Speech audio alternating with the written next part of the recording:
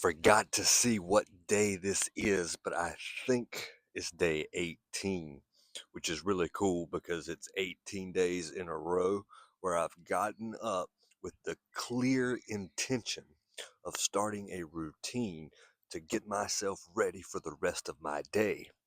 I'm not waking up really any extra earlier to do this. I've just decided to make a conscious decision to attack my day. But the last couple of mornings, it's been different, only because I've had to help a friend out and take him to school. And so I've been getting up super early and go ahead and getting my hydration in.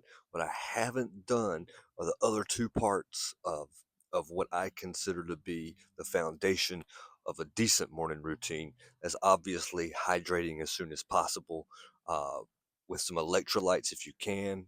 If you can't afford them, use some pink Himalayan salt. I'm up to a quarter tablespoon. It looks like a bunch. You got to make sure it's mixed up and dissolved really well before you start drinking it. And then after that, we're doing some form of physical activity. I've been choosing to do push-ups lately. I've tried to do burpees. Oh man, I'm gonna have to keep working on my form with those. They're just they're painful to do, they're painful to watch. But my wrist has been killing me. I think it's from all the push-ups. But I figured out what it was. Yesterday I went to the gym, I did back. When you work your back out, you're doing mostly pulling motions. When you work your chest out, like push-ups, it's mostly pushing.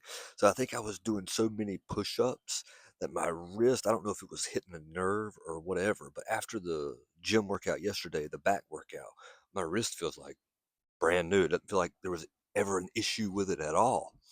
So that's pretty cool. And I thought about it, a lot of times gym bros will have elbow pain.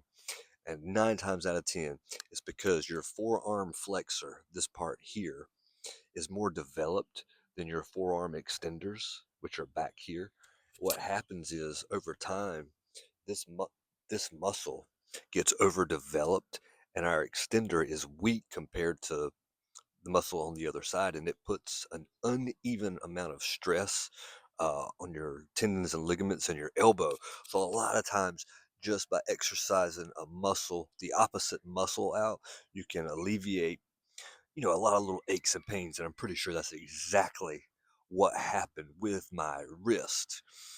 I was thinking last night about the law of exposure, and it says once you're exposed, you can never be unexposed. And I like to think about it like this. I'm from a small town. And a lot of times, if you're from a small town growing up there, the fat cats, the people that are rich, the doctors, the lawyers of the town, those are like your high society people. And a lot of times, as children growing up, you only see these people and you think that that's it. That's the limit for everything. But once you get out into the world and you see things as they are, you realize that they're really just big fish in a small tank. And there's nothing wrong with that at all. But what I'm saying is, if you've got hopes and dreams, and those hopes and dreams take you outside of your small town, the law of exposure, it really is going to help you because you're going to need to get around other people who are doing or have done what it is that you're trying to do. If you've never seen it done before, if the only way you've ever seen it is in a movie or you've read about it or heard about it, if you've never seen it up close, first person, then you're really selling yourself short uh, of your own potential because you've got to get around and get exposed. Because once you're exposed, the law of exposure states you can never be unexposed. You can't go backwards. Once you've been shown the process, given the game, whatever it is you want to call it, you have a higher accountability to yourself because now you've got more information. You've got more raw material to work with. And a lot of times it's just it all comes down to personal development and understanding that the potential of our mind is so much more than we actually realize. I started my little talk without doing my push-ups. Let's take a break and let me hit my push-ups. I want to get my oxygen flow to my brain, the mental clarity. Maybe it'll make this talk a little bit better. Every time I watch myself do these push-ups, I just think, oh my gosh, and today is no different. Maybe my form is a little bit better, but if I worry about the form, then I'll talk myself out of actually posting me doing it, and you won't believe that I did them. That's not too bad, bro. And one of the side effects is getting a nice little pump. It's actually been a lot cooler out here than usual. That's why I had my sweater on. But now that I've got the blood flowing, I think we'll leave him off and enjoy the pump.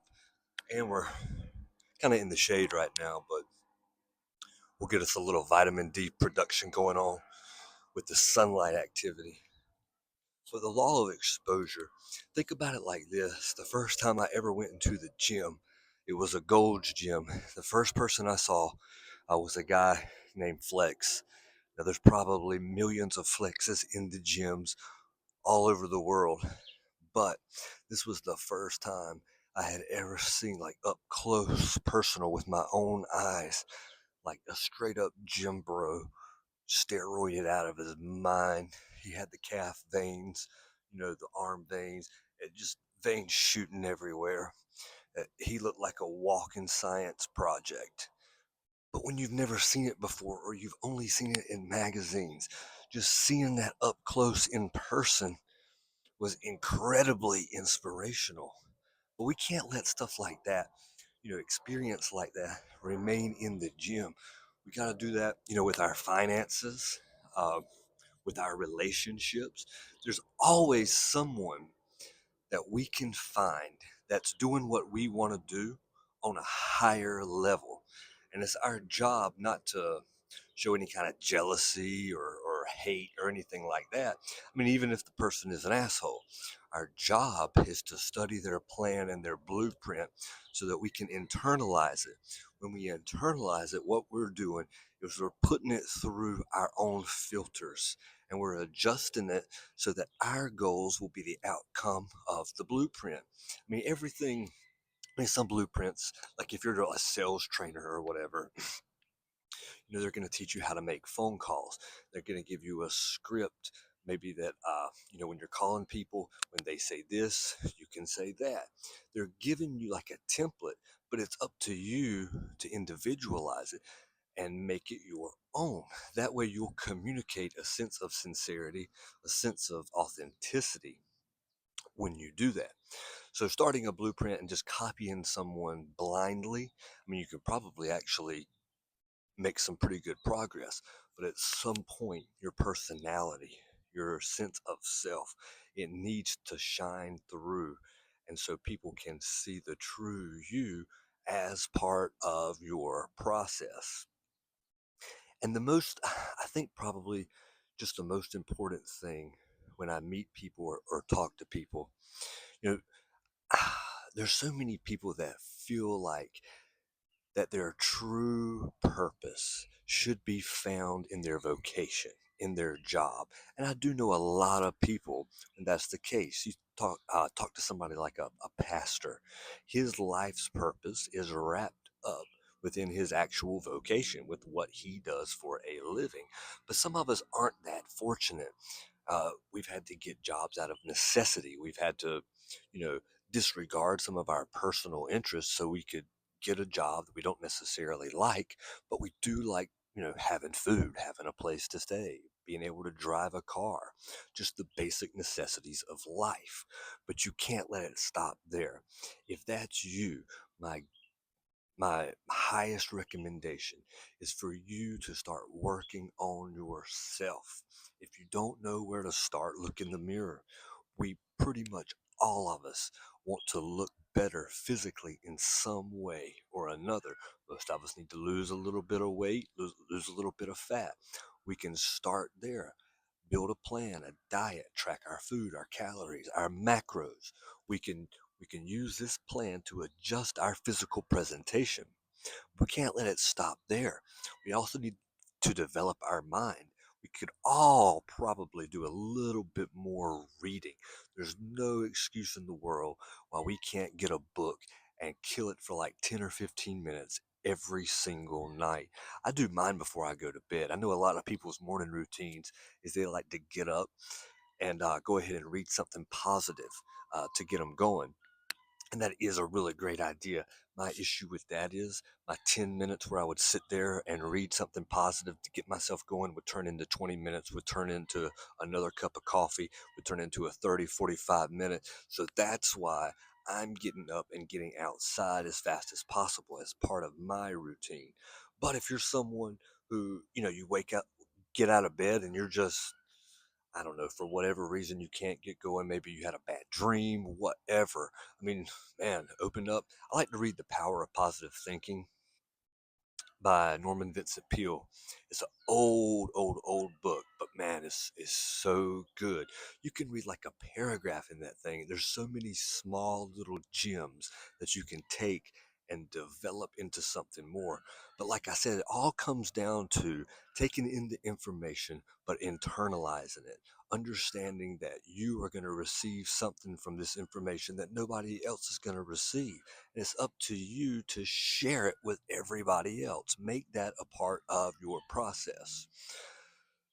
Today I got chest at the gym.